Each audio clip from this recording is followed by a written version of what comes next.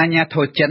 បានចាប់ផ្ដើមប្រតិបត្តិការជំលៀសមនុស្សប្រមាណជិត2លាននាក់នៅខេត្តភៀកខាងកើតចំនួន2គឺខេត្តហ្វូជៀននិងខេត្តជើជាងខណៈខ្យល់ព្យុះទីហ្វុងដ៏កំណាចមួយឈ្មោះបាវី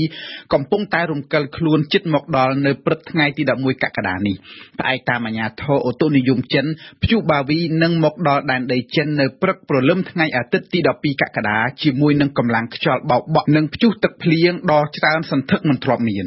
នៅខេត្តជើជាងមនុស្សយ៉ាងហោចចំនួន1លាន7សែននាក់ដែលត្រូវបានអាជ្ញាធរជូនដំណឹងឲ្យធ្វើដំណើរទៅរកទីកន្លែងមានសុវត្ថិភាពក្រុងវិនជូនៅជាប់មាត់សមុទ្រដែលមានប្រជាជនរស់នៅប្រមាណ10លាននាក់សមត្ថកិច្ចបានចាប់ផ្ដើមចុះផ្សព្វផ្សាយឲ្យមនុស្សមានការប្រុងប្រយ័ត្ននិងត្រៀមដាក់រនាំងការពារទ្វារបង្អួចផ្ទះនិងហាងទំនិញ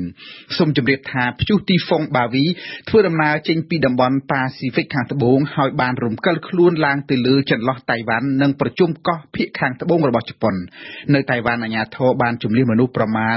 14,000 នាក់ភាគច្រើននៅតំបន់ភ្នំដោយខ្លាចក្រែងមានគ្រោះមហន្តរាយជំនន់ទឹកភ្លៀងហូរបោកបក់ខ្លាំងនិងករណីបាក់រមៀលដីភ្នំជាដើមជាមួយនឹងល្បឿនខ្យល់កន្ត្រាក់ខ្លាំងដល់ទៅជិត180គីឡូម៉ែត្រក្នុង1ម៉ោងអាជ្ញាធរតៃវ៉ាន់បានប្រកាសបិទជើងយន្តហោះជាច្រើនរយជើងនិងប្រកាសថ្ងៃឈប់សម្រាកមួយថ្ងៃទូទាំងកោះបណ្ដាញចរន្តអគ្គិសនីត្រូវកាត់ផ្តាច់សម្រាប់មនុស្សប្រមាណ 17,000 នាក់នៅតៃវ៉ាន់នៅកោះអូគីណាវ៉ារបស់ជប៉ុនវិញព្យុះបាវីបានបោកផ្តាច់ចរន្តអគ្គិសនីរបស់មនុស្សប្រមាណ 18,000 នាក់ដែរ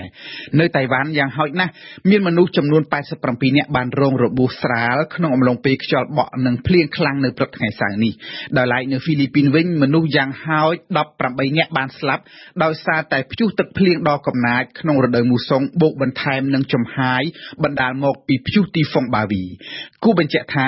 យោងតាមអ្នកជំនាញអូតូនិយមបញ្ហាបំរែបំរួលអាកាសធាតុបានធ្វើឲ្យទឹកសមុទ្រឡើងកម្ដៅកាន់តែខ្លាំងហើយបានបង្កជាបាតុភូត El Niño បាតុភូតនេះបង្កើតឲ្យមានខ្យល់ព្យុះត្រូពិចកាន់តែកាចសាហាវនិងកាន់តែញឹកញាប់នៅចិនកាលពីដើមសប្តាហ៍នេះខ្យល់ព្យុះទីហ្វុងម៉ៃសាក់បានផ្តាច់ជីវិតមនុស្សយ៉ាងតិច39នាក់និងរបួសយ៉ាងច្រើនរយនាក់នៅខេត្តក្វាងស៊ីស្ថិតនៅភាគអាគ្នេយ៍ប្រទេសក្រមសង្គ្រោះនិងសមត្ថកិច្ចចិនកំពុងតែបន្តស្វែងរកមនុស្សបាត់ខ្លួននិងរើកកាយសម្អាតគំនរបែកបាក់រប៉ាត់រប៉ាយបង្កឡើងដោយខ្យល់ព្យុះនិងទឹកជំនន់